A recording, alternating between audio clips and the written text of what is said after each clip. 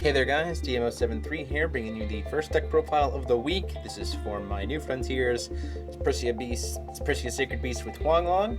Let's just go ahead and dig right in. The deck is going to need some modifications, but I figured, hey, I loved this deck back when I played New Frontiers before, so why not give it a shot with Huang Long? So here we go. So we have, first off, we have Pricia as our ruler. Obviously, she can tap any color to bring in your Sacred Beasts, Judgment of 2 green, and for 2 green, she can pump something up plus 100. I barely ever use that pump up effect. That might have actually been important later on in my matches if I had remembered it, but I don't use it typically very often. And then she flips over into an 8/8, and she gets a bunch of things. If you have a white light Resonator, she gets target attack. If you get a red Resonator, she gets swiftness. Blue, she gets flying, and green, she gets a plus 200 pump. And for a God's Art of 2 green and X, she gets to pay and flip over all of those different things and bring out a Sacred Beast of 1 for each color, or a different name, 1 of each name from the deck. So pretty cool for an explosive kind of effect. Huang Long is essentially her God's Art on legs. So moving into the stone count, our most important colors are green and blue. So we run 4 of the deep wood to make sure we get blue as much as possible, 3 gusting skies, and 3 blasting waves to cover all the colors for Huang Long if he comes out. Moving into the Resonator count, we run, just for some draw power, we run some Cheshires because why not? They're a solid blocker that shovels the deck, and we want to make use of them while we still can.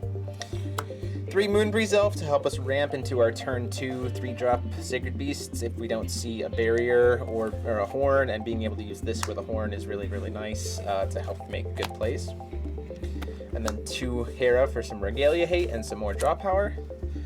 The Sacred Beast lineup is 4 Zhu Kuei. This is to be able to burn, and he's your heavy hitter to get in that damage early and spot remove, as well as Zhan Wu, the turtle, massive player on this deck. These are probably the 2 most important in the deck. Then you have Huang Long, not Huang Jin. I said it a bunch wrong on the video. I haven't played these guys in forever, but Huang Long.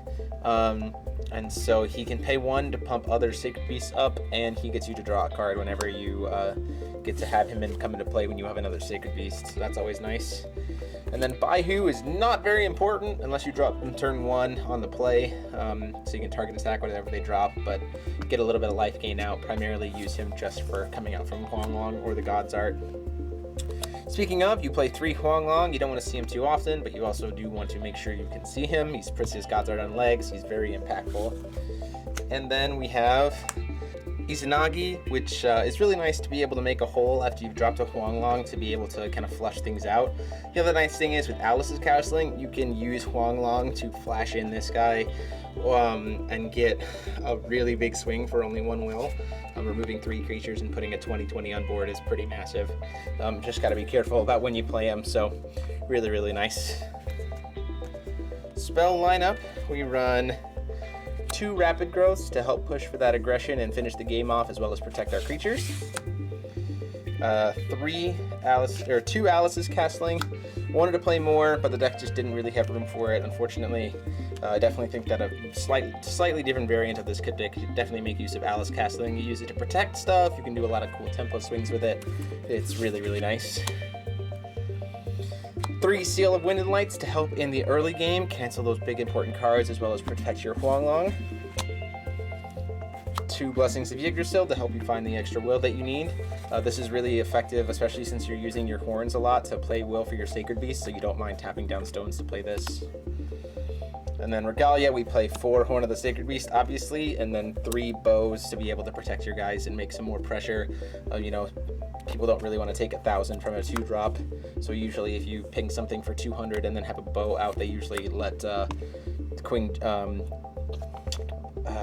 Phoenix go through, Zhu Kuei go through, because they don't want to lose their creature. So really cool stuff. And then just to show you guys the sideboard, this was just kind of a throw together, but just some ideas.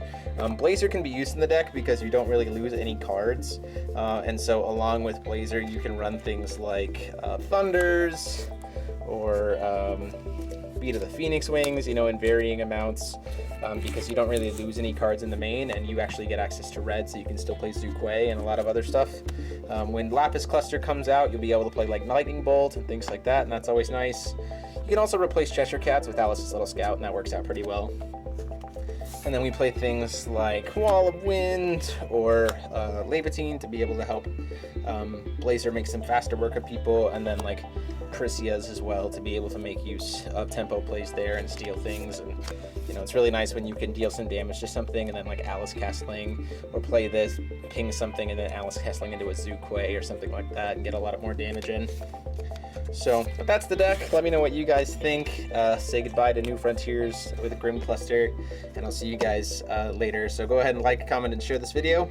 And until next time, this is DMO73 signing off.